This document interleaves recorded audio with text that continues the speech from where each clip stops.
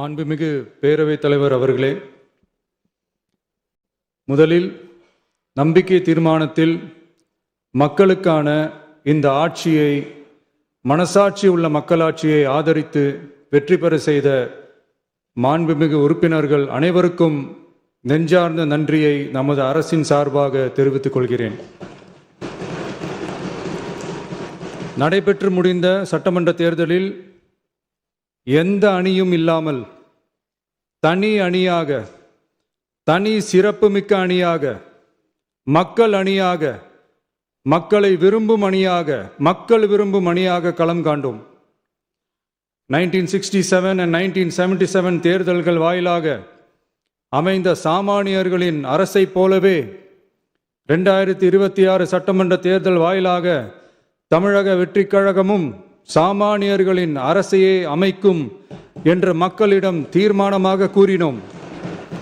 மக்களும் நம் மீது நம்பிக்கை வைத்து தீர்மானமாக வாக்களித்தனர். வாகை சூடும் அந்த வரலாறு திரும்பியது. விசில் அலை வெற்றி அலையாக மாறியது. ஒரு விரல் புரட்சி விசில் புரட்சியானது.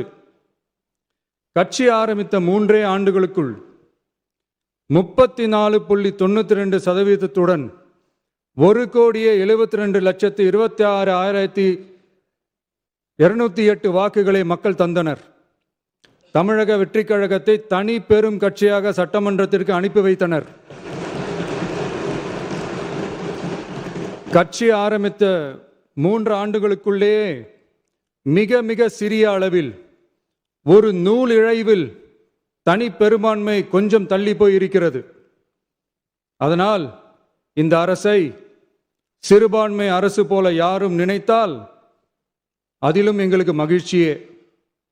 நாங்களே சொல்கிறோம், இது சிறுபான்மை அரசுதான்.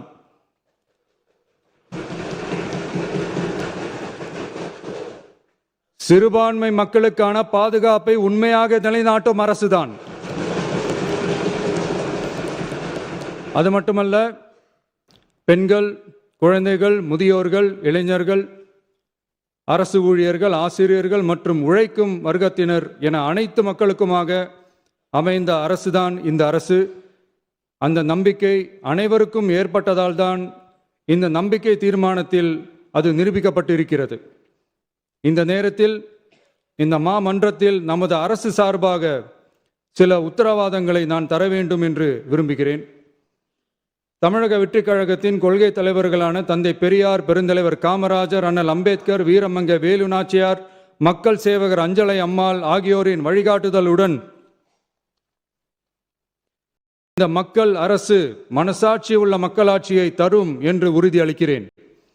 சமூக நீதி, சமநீதி, சம வாய்ப்புடன், உண்மையான உறுதியான ஜனநாயகத்துடன், மதச்சார்பற்ற சமூக நீதி கொள்கைகளுடன் இந்த அரசு நடக்கும். அதில் சிறிதும் மாற்றமில்லை.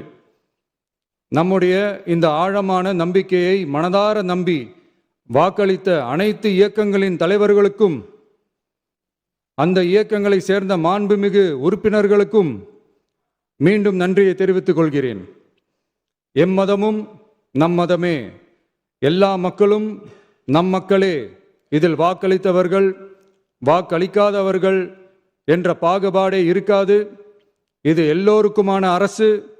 இது சாமானியர்களுக்கான அரசு. இது சாதி மத எல்லைகளை கடந்த அரசு. இது பாகுபாடு காட்டாத அரசு. இது பண்பாடு காக்கும் அரசு. இது பண்பட்ட அரசு. அரசியல் காரணங்களுக்காக யாரையும் எதற்காகவும் புண்படுத்தாத அரசு. இதையெல்லாம் போக போக புரிந்து கொள்வார்கள். எனவே துள்ளி எழுந்து பதில் சொல்வதை விட எதிலும் துணிச்சலுடன் செயலாற்றி வெற்றி பெறும் அரசு இது. பதவிக்காக, அதிகாரத்துக்காக அமைந்த அரசு அல்ல. நம்பிய மக்களுக்கு நன்றி கடன் செலுத்துவதற்காக அமைந்த அரசு. அதிகாரம் காட்டி மிரட்டும் அரசு அல்ல, அனைவரையும் அரவணைக்கும் அரசு. எவர் மீதும் வெறுப்பு காட்டும் அரசு அல்ல, எல்லோரையும் விரும்பும் அரசு. மக்களே முக்கியம், மக்கள் நலன் மட்டுமே முக்கியம். அதுவே எங்கள் ஒரே நிலைப்பாடு. எனவே மனசாட்சி உள்ள மக்களாட்சிக்கு ஆதரவளித்த அனைவருக்கும் மீண்டும் என்னுடைய நன்றியை தெரிவித்துக் கொள்கிறேன்.